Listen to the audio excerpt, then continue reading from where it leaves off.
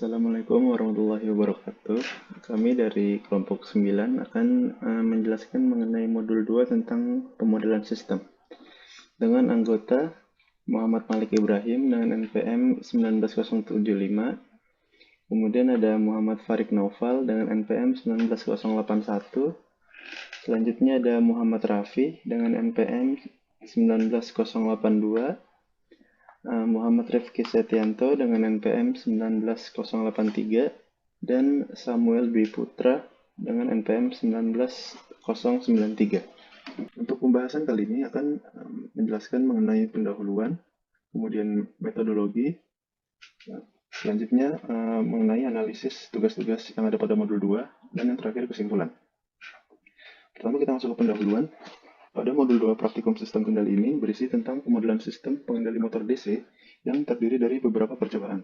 Percobaan pertama berisi tentang sebuah skrip MATLAB, di mana skrip tersebut memandu mahasiswa untuk mengerjakan tugas-tugas dalam modul praktikum. Percobaan kedua yaitu tentang MATLAB Simulink, dan percobaan 3 tentang penentuan fungsi transfer secara grafis. Tujuan dari percobaan ini adalah mampu melakukan simulasi dan memahami konsep pemodelan untuk sistem orde 1 dan 2 menggunakan software MATLAB. Agar memahami konsep pemodelan bisa tercapai, maka dalam percobaan ini diharapkan praktikan mampu untuk memahami karakteristik sistem orde 1 dan 2, memahami pembacaan grafis transient orde 1 dan 2, dan mendapatkan fungsi transfer model.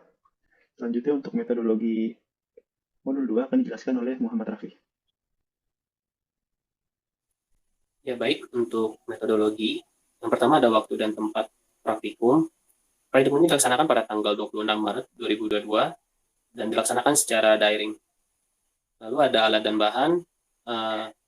Praktikum ini meliputi, yang pertama ada laptop, yang kedua ada software MATLAB, yang dimana MATLAB ini bisa digunakan untuk berbagai aplikasi, termasuk pemrosesan sinyal dan komunikasi, pemrosesan video, sistem kontrol, uji dan pengukuran, keuangan komputasi, dan biologi komputasi. Dan yang ketiga, buku catatan.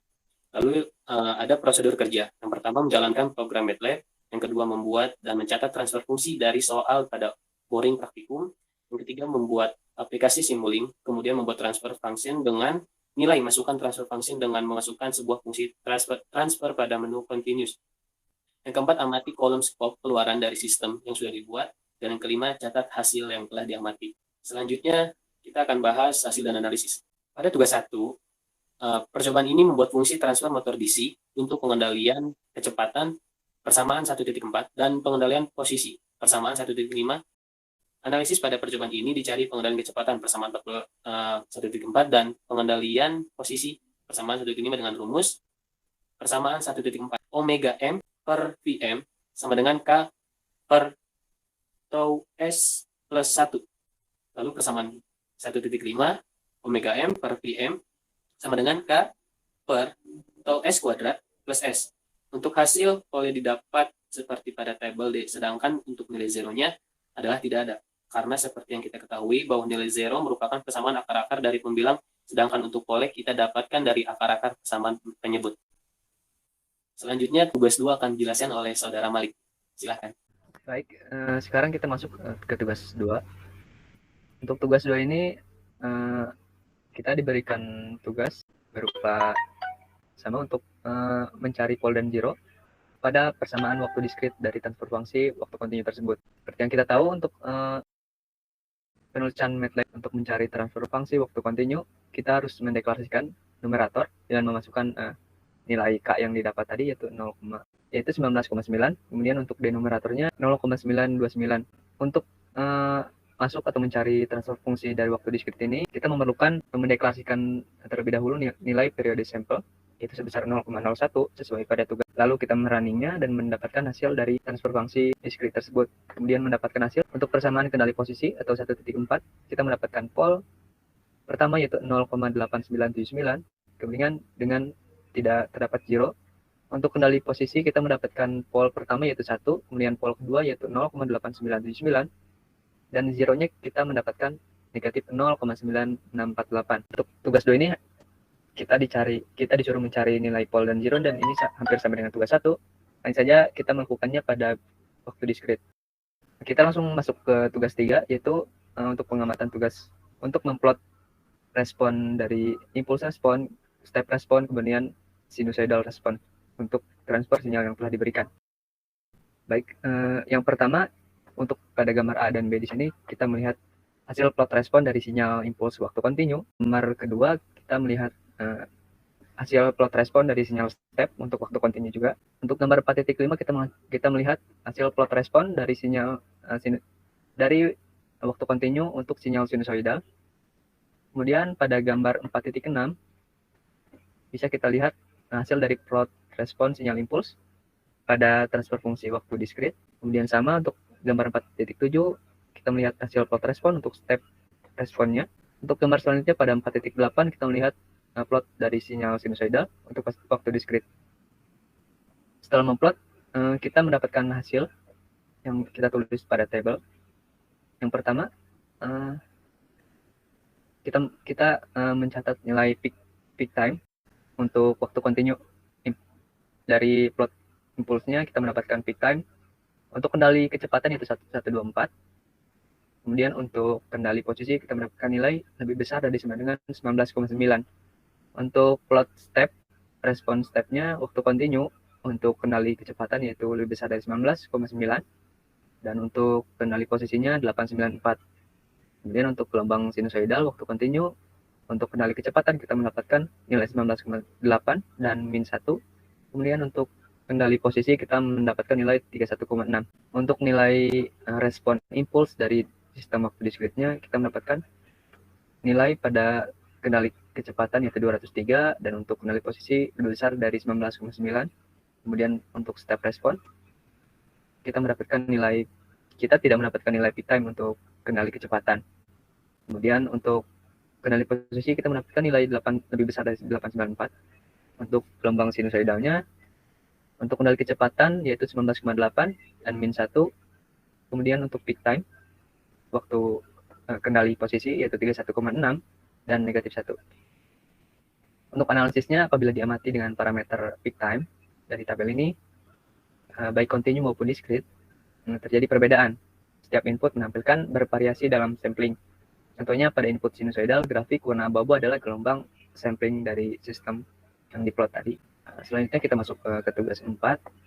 Kita mengamati plot root locus, Nyquist, kemudian baud dari motor DC waktu kontinu dan diskrit. Kemudian pada kendali kecepatan dan posisi. Setelah memplot pada MATLAB kita mendapatkan gambar untuk 4.9. Untuk A itu plot root locus untuk waktu kontinu. Untuk yang B plot root locus untuk waktu diskrit. Kemudian masuk ke gambar 4.10. Untuk A itu plot root locus waktu kontinu untuk kendali, kemudian posisi. Yang B waktu diskrit untuk mengenali posisi. Kemudian gambar 4.11 merupakan hasil plot Nyquist mengenali kecepatan waktu kontinu dan waktu diskrit. Kemudian 4.12 yaitu hasil plot Nyquist dari pengendali posisi untuk waktu kontinu dan waktu diskrit. Untuk 4.13 yaitu hasil plotting dari baud plot pengendali kecepatan untuk kontinu dan diskrit juga. Kemudian terakhir ada 4.14 untuk hasil baud plot pengendali posisi untuk waktu kontinu dan waktu diskrit. Kemudian kita mendapatkan parameter yang kita catat. Kita mendapatkan untuk mengenali kecepatan waktu kontinu yaitu gain marginnya tak hingga, mungkin tidak diketahui oleh sistem. Kemudian omega gain margin sama tak hingga. Kemudian fase marginnya diketahui memiliki nilai 92,9. Untuk omega fase marginnya 214. Untuk waktu diskrit gain marginnya 0,58. Untuk nilai omega gain marginnya 318. Untuk fase marginnya tak hingga dan omega fase marginnya tak hingga. Kemudian data pengendali posisi. Untuk pengendali posisinya untuk waktu kontinu gain marginnya adalah tak hingga, untuk omega gain marginnya tak hingga juga, untuk fase marginnya 40,1. Kemudian omega fase marginnya 12,8 dan seterusnya untuk waktu diskrit. Kita masuk ke tugas 5 yaitu pada pengamatan ini mencari sistem mulai tidak stabil untuk transfer fungsi waktu kontinu dan waktu diskrit. Nah, untuk mencari ketidakstabilan ini kita membutuhkan plot dari root locus untuk mencari di mana letak sistem mulai tidak stabil. Adapun analisanya sebagai berikut. Kestabilan plot pengendali posisi untuk root locus bisa kita ambil kesimpulan bahwa sistem tidak stabil karena pada plot sinyal kontinu pada pol berada pada daerah sumbu X atau sumbu real positif, dan ini berarti sistem tidak akan mengalami kestabilan. Begitupun pada gambar B. Gambar B yaitu analisa root locus untuk pengendali posisi. untuk sistem waktu diskrit bahwa pol masih berada di daerah real positif. Jadi sistem dikatakan belum stabil. Kemudian kita masuk ke tugas 6, yaitu pengamatan untuk mencari pengaruh periodic sampling terhadap kestabilan sistem. Yang pertama kita mencari pengaruh sampling untuk nilai sampling 0,01 second untuk paradigma 4.16, ini hasilnya. Kemudian yang kedua hasil sampling dari ini 1000 Hz ya, untuk 1000 Hz atau 0,001 second. Kemudian untuk kita menggunakan periode sampling yaitu 10.000 atau 10 kHz. Kemudian kita masuk ke tugas ke-7 ya, yaitu untuk simulasi Simulink. Pada tugas ini mencari respon dari sistem Simulink yang diberikan variasi input step dan konstan. Pada gambar kita diperlihatkan sebuah sistem untuk Simulink ini plotting waktu terhadap fungsi waktu continue dan discrete.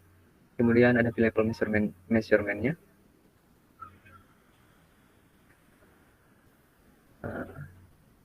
Kemudian kita langsung masuk ke analisis, yaitu dalam data yang diperoleh menurut input step 1 diperoleh respon seperti gambar dan peak to peak sebesar 99,900 M. Untuk input step 10 didapat respon garis lurus serta peak to peak sebesar 0. Untuk input konstan 25 didapat peak to peak 2,498. Sedangkan untuk input konstan 100 didapat nilai peak to peak 9990. Nah, besar nilai input ini akan mempengaruhi besar nilai pada output plotting yang kita lihat tadi. Kemudian kita masuk ke tugas 8, itu penentuan fungsi transfer secara grafis. Itu dengan memplotting pada MATLAB data konstanta yang diperoleh saat respon sistem mencapai 63%, yaitu tau, delta Y, delta U, dan K adalah sebagai berikut. Untuk tau kita mendapatkan nilai sama dengan 0,043, untuk delta Y sama dengan 17,8, untuk delta U sama dengan 7,4, dan nilai K didapat dari rumus K sama dengan delta Y dibagi delta U. Untuk mendapatkan nilai K dibagi dengan 7,4, dan nilai K-nya adalah 2,40. Seperti itu. Untuk pembahasan selanjutnya akan dibahas oleh teman saya. Pada bagian kesimpulan akan saya lanjutkan. Kesimpulannya dari presentasi ini adalah, yang pertama, percobaan modul 2 membahas mengenai pemodelan sistem motor DC. Terdapat dua sistem waktu, yaitu sistem waktu kontinu dan sistem waktu diskrit dalam dua kondisi, yaitu pada kondisi persamaan kecepatan dan persamaan posisi, dan penerapan plottingnya baik pada grafik Nyquist, Bott diagram, dan root locus.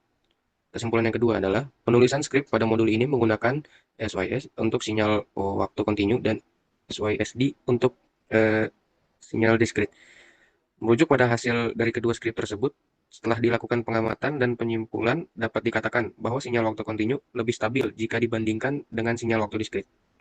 Untuk kesimpulan yang ketiga, respon sinyal frekuensi pada modul ini menggunakan root locus yang menampilkan pole dan zero, dan juga Nyquist dan Bott plot yang menampilkan parameter seperti peak gain, gain margin, pass margin, serta kestabilan.